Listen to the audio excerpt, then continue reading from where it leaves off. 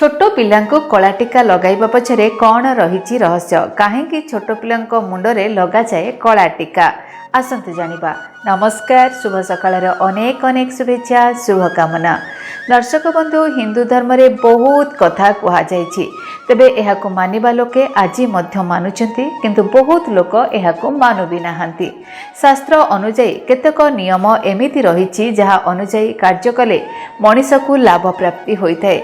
शास्त्र अनुଯାयी कहा जायछि जे व्यक्ति शास्त्र मान्यता अनुଯାयी कार्य करिथाय सही व्यक्ति जीवन रे केबे दुख आसी न थाए। आज आमे आपण मानको एभली किछि कथा कहिबाकू जाउछु जहा आपणक पई लाभकारी अटे।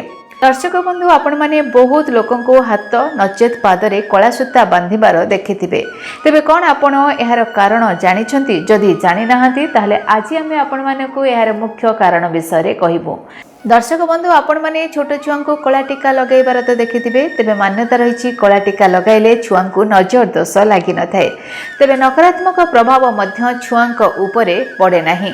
तेबे काजल भल जिनिस नुह बोली आजिका समय लोक माने निज छुआ आखिरे कजल लगाउ नाहंती, किंतु आग समय छुआ को कजल लगाइबा बहुत आवश्यक बोली कहा जाउथला। तेबे आजिका समय लोक माने एहाको मानु नाहंती, किंतु शास्त्र अनुसार कला शनिदेव आउ राहु केतुंकर रंग होइथाय। एही रंग धारण करुथिबा व्यक्ति जीवन में बहुत असुविधा दूर होइथाय। तेबे शास्त्र अनुसार जदि आपणक जीवन में आर्थिक समस्या बहुत अधिक रहुछि, तेबे आपणक चिंता करिबा उचित नुह।